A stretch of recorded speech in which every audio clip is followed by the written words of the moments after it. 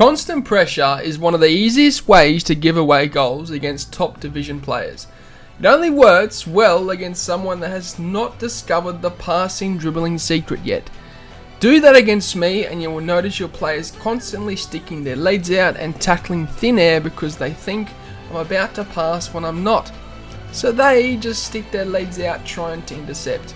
Well, I'm glad you commented this on a video that I did a few months ago, because it's very important to address. Too many people abuse constant pressure and it's killing them in the defence. And this is why. Griezmann, 3 men around him and somehow finds some space. Ronaldo, fantastic, opening the drive back. He's made himself the tiniest bit of space.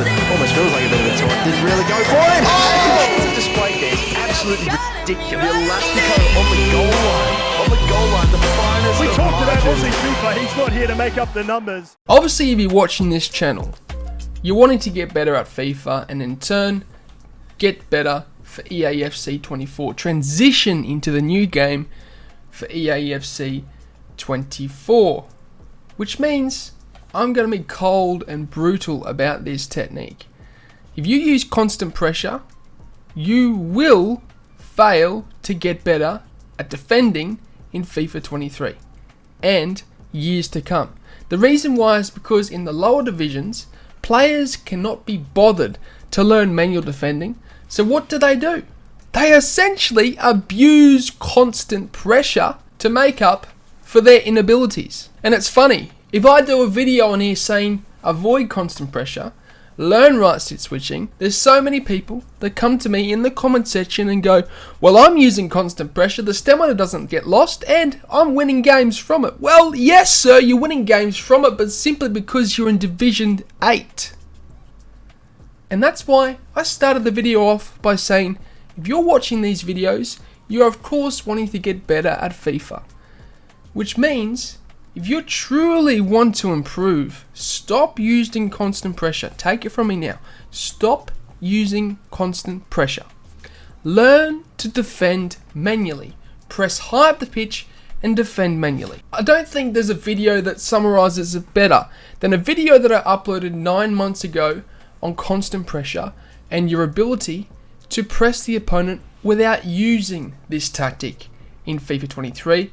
And I'm going to replay it for you in this video because I think it resonates to what I'm trying to say and you guys will find it absolutely helpful. Constant pressure. Added in by EA Sports in FIFA 18 and the new dynamic tactics. A high pressure tactic that causes every single one of your defenders to man mark an attacker of your opponent and hopefully get the ball off him as quick as you can. But let's cut it right there.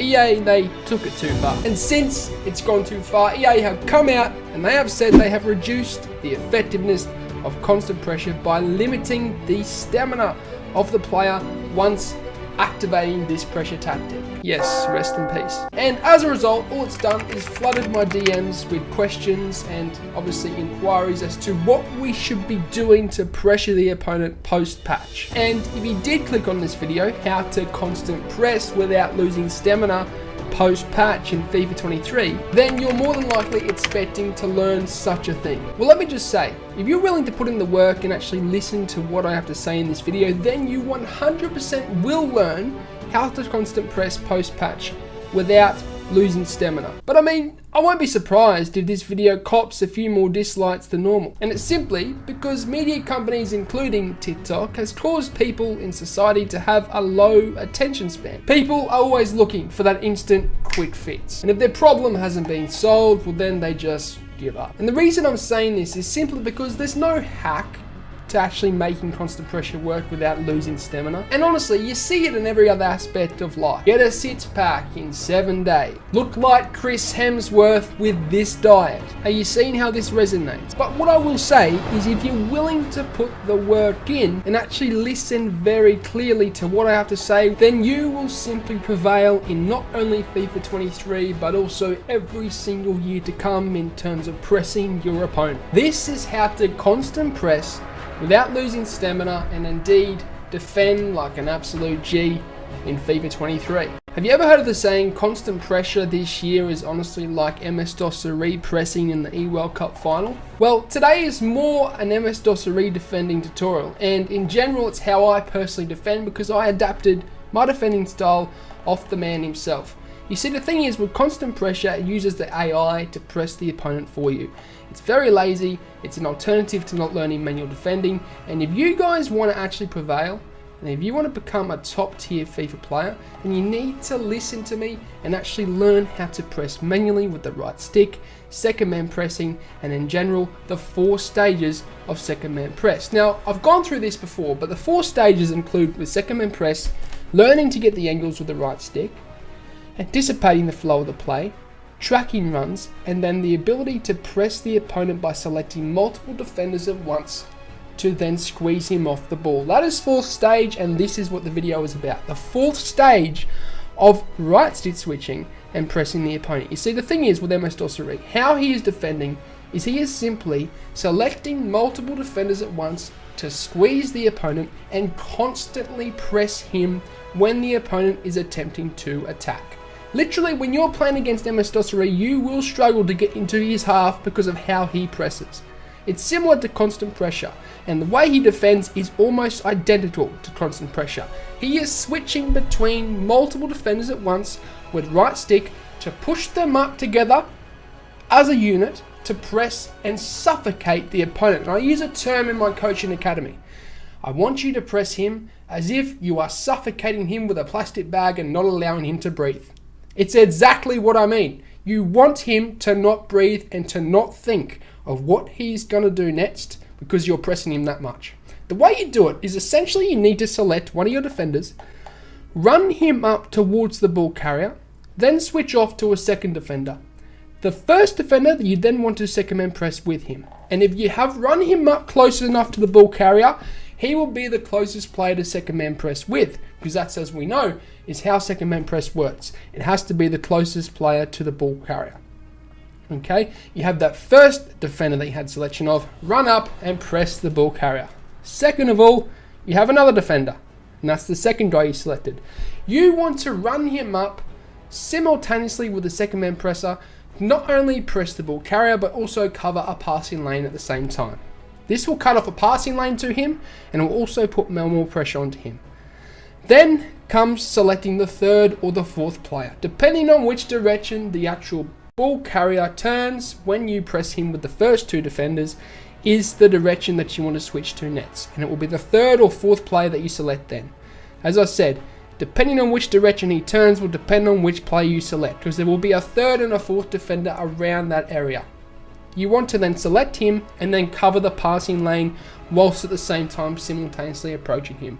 This will allow you to keep a wall around the opponent while simultaneously cutting off passing lanes and covering the space. This is how you press manually. Don't forget, you need to use second man press for this, but you're constantly using the right stick to switch between the defenders to move up as a unit and press the opponent off the ball and suffocate him. Do not allow him to breathe. Now, if you do want more in-depth version on how to right stick switch, it is in my complete defending tutorial. Okay, if you haven't quite got right stick switching down pat and the actual getting of the angles correct, which is the first stage, I break that down in my complete defending tutorial. But this is the 4th stage, the most advanced stage, and it's how you press manually with right stick switching. Super important, and of course we're not using the AI, we're not using constant pressure, and we're not losing stamina, hence how you actually constant press the opponent game in, game out for 90 minutes straight without losing any stamina, and in general having more control of the game. Okay, that's how you press, that's how you defend, like a pro and MS-DOS like the man himself. I hope you enjoyed it. A bit of a different video today, but I wanted to release it because a lot of people have messaged me asking for this, and I've delivered it for you. If you haven't subscribed, I think 70% of you guys that are watching haven't subscribed. Tutorials year in, year out, as you know, your boys got you covered. Check them out. The link is down below to those. And also, of course, check out the Coaching Academy if you want one-on-one coaching, or in general just to join the Discord. It's up to you. And yeah, I'm on Instagram as well. Check that out. But as always, I hope you have a good day. I'm out. Sayonara. Au revoir. Adios. Salam. Ciao.